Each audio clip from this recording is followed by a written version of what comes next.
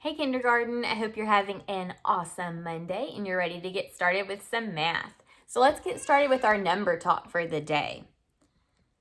Okay, so here I have a 10 frame and I have built a number on this 10 frame. What I want you to do is take a minute and see what number have I built. So if you need to, press pause to figure out what number is being shown. Okay, so you may have figured out what number this is by counting each one of these counters. So let's go ahead and do that now and see how many there are. Ready? 1, 2, 3, 4, 5, 6, 7. So my 10 frame here is showing 7. Now you may have gotten 7 a different way. You may not have had to count every single counter. Instead, you may have been able to look at this and say, okay, this whole row is filled up. So I know in a 10 frame, when an entire row is filled up, this is 5. And then you may have counted on 6, 7 to get 7. You may have been able to look at this and say 5 and 2. I know 5 and 2 is 7. You may have looked at this 10 frame and taken this counter in your brain and moved it on over here to help you see 7 more easily. So this is 7. You may have looked at the 10 frame and said, okay, to make it 10, I would need to fill these 3 spots in, but they're missing, so I can count backwards. 10, 9, 8, 7 to figure out that there are 7 in all. So there are lots of different ways that you could go about figuring out that this is 7. It's called subitizing when you're able to look at this set really quickly and recognize the number without having to count. So practice recognizing sets of objects without having to count each one of them. All right, let's look at our word problem for the day. Let me pull it out here for us. Okay, and we are going to be using apps check, so let me also draw that, sorry. Okay, so I'm going to draw out my apps check mat here. A for analyze, P for plan, S for solve, and check mark for check. Okay, let's read this problem together and solve it. Amy has 4 apples and 5 bananas. How many pieces of fruit does Amy have in all?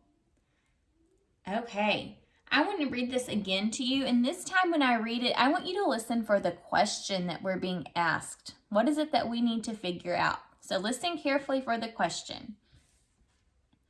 Amy has 4 apples and 5 bananas.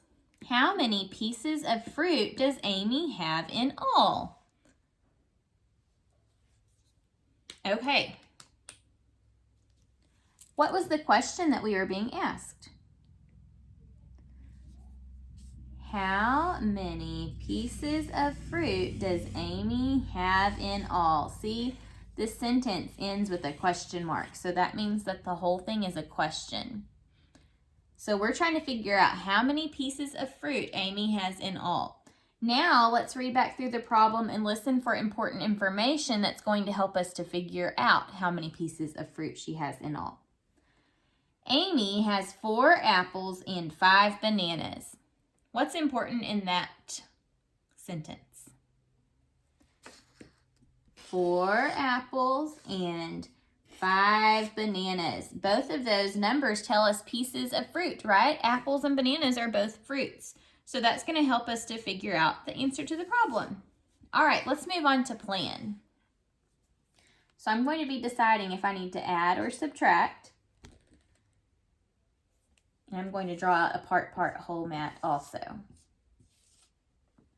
Okay, so Amy has 4 apples and 5 bananas. We're trying to figure out in all how many pieces of fruit does she have. So we know 2 of the parts. We're trying to figure out the whole, how many in all. If we know she has apples and we know she has bananas, to figure out how many there are in all, we have to put them together and count. And when we put them together, that's adding. Also, anytime you know two parts and you want to figure out the whole, you have to add to figure out the whole. So we're going to do 4 plus 5 equals, and we'll figure out what is the sum. Okay, let's solve this problem now. To solve it first, I think I'm going to use counters. I'm sorry, it's a little crooked on your video today. I'm having a hard time getting my video straight. I'm sorry if yours is looking crooked. I'll have to work on that. Let's see. There we go. Okay, let's solve the problem. So Amy had 4 apples. I'm going to put down 4 counters. 1, 2, 3, 4. And then she had 5 bananas. So 1, 2, 3, 4, 5. I use different colors here because it helps me to see each add-end better.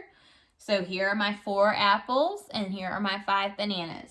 Now I want to know how many pieces of fruit Amy has in all. So to add, I need to count all of these counters together. So let's count and figure out how many pieces of fruit she has in all. Ready?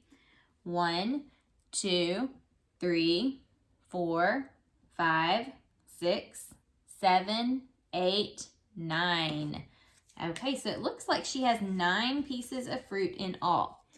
Now, before I say 9, that's the answer, I'm going to check my work a different way to make sure I still get 9. This time, I think I'll draw a picture. So I'm going to do this for apples, and there were 4 of them. 1, 2, 3, 4, and then my bananas. 1, 2, 3, 4, 5. Okay, now I count them all together. So count with me.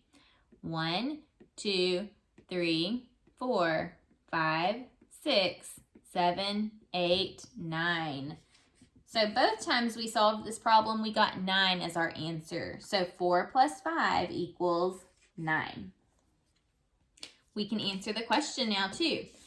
How many pieces of fruit does Amy have in all? She has 9 pieces. Okay, we're going to move on now to our lesson for the day.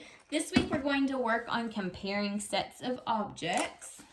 So if you have some objects at home that you can use to work with me, you can grab those now.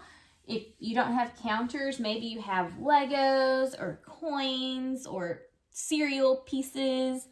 Grab something that you can use to count with me, and then after you have grabbed that, come back and press play on your video. So pause and grab what you need.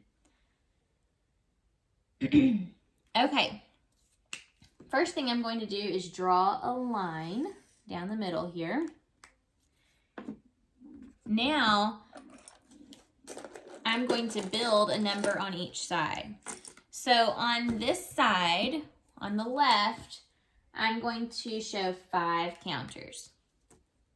So 1, whoopsie, and you can do this with me too. 2, 3, 4, 5. And on the other side, I'm going to represent 11 counters. 1, 2, 3, 4, 5, 6, 7, 8, 9, 10, 11. Okay, so what could you tell me about these 2 sets of objects here? Which set of objects has the greatest amount? So remember, greatest means biggest. Which one has the biggest or the greatest amount? Is 11 or 5 the greatest number? 11, right? Because 11 has the most. We can prove that too if we line them up like this and say partner, partner, partner. All of these counters have partners, but look at all of these extra yellow counters. There are a whole lot that do not have partners. So because these have more, this number is called the greatest. So we could say 11 is greater than 5, or we could also say 5 is less than 11. Less just means that it's smaller. It has a smaller amount. So see, there are less of the red than there are of the yellow. So we can say two things. 5 is less than 11, or we can say 11 is greater than 5. Both are true.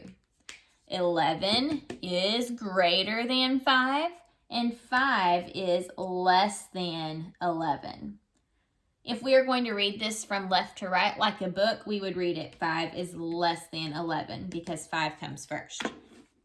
All right, let's try a new set of objects.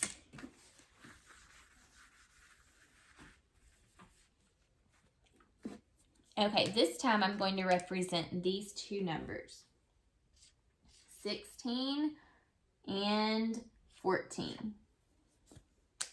Okay, so let's count out 16 first. 1, 2, 3, 4, 5, 6, 7, 8, 9, 10, 11, 12, 13, 14, 15, 16. And then we need to represent 14 over on the right. 1, 2, 3, 4, 5, 6, 7, 8, 9, 10, 11, 12, 13, 14, and that's all we need, 14. Okay, so let's compare these two numbers. What could you tell me about 16 and 14? How would you compare these two numbers? Let's have some choices here. So would you say 16 is greater? Oops, I don't know what I'm trying to spell here. Greater than 14? Or would you say 16 is less than 14? Which words would you choose to describe these numbers? 16 is greater than 14 or 16 is less than 14? Well, if you're not sure, let's line them up. So partner, partner, partner, partner, partner, partner, partner, partner, partner. Running out of room. I'm going to partner them from far apart. Partner, partner, partner, partner, partner. Uh-oh, look. There's 2 left on the 16 side that don't have a yellow partner. So since there are 2 left over, that shows us that 16 is greater. It is the larger number. So we would say 16 is greater than 14. 16 is greater than 14 because it has more. It's considered greater than. If I was to take these 16 and these 14 and flip them and put 16 over here and 14 over here, now if we were reading like left to right like a book, we would have 14 and 16. So we would say 14 is less than 16 because it's smaller. Okay? Let's try one more together for today.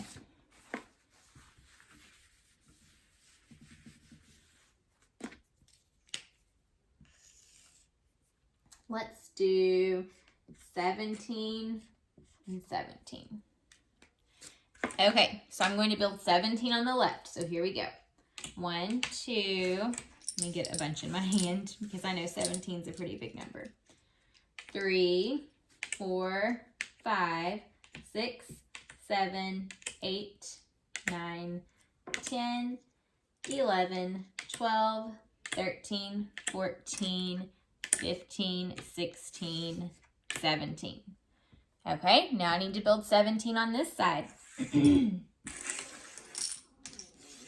All right, so 1, 2, 3, 4, 5, 6, 7, 8, 9, 10, 11, 12, 13,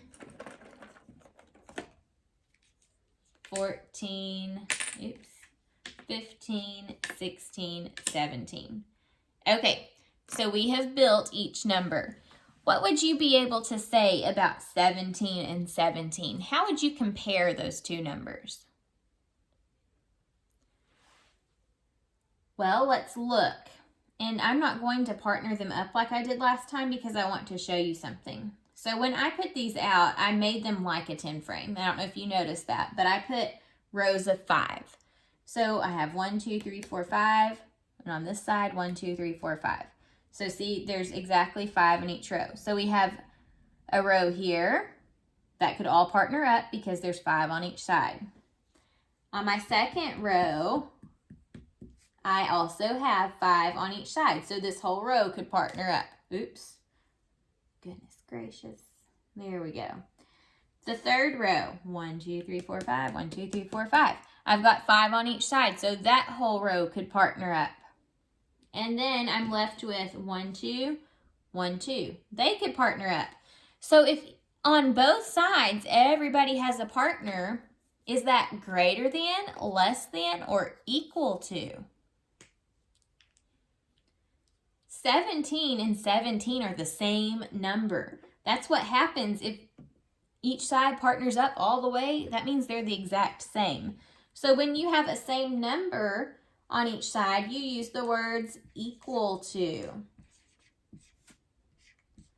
So you would say 17 is equal to 17 because they're both equal. These are showing equal to.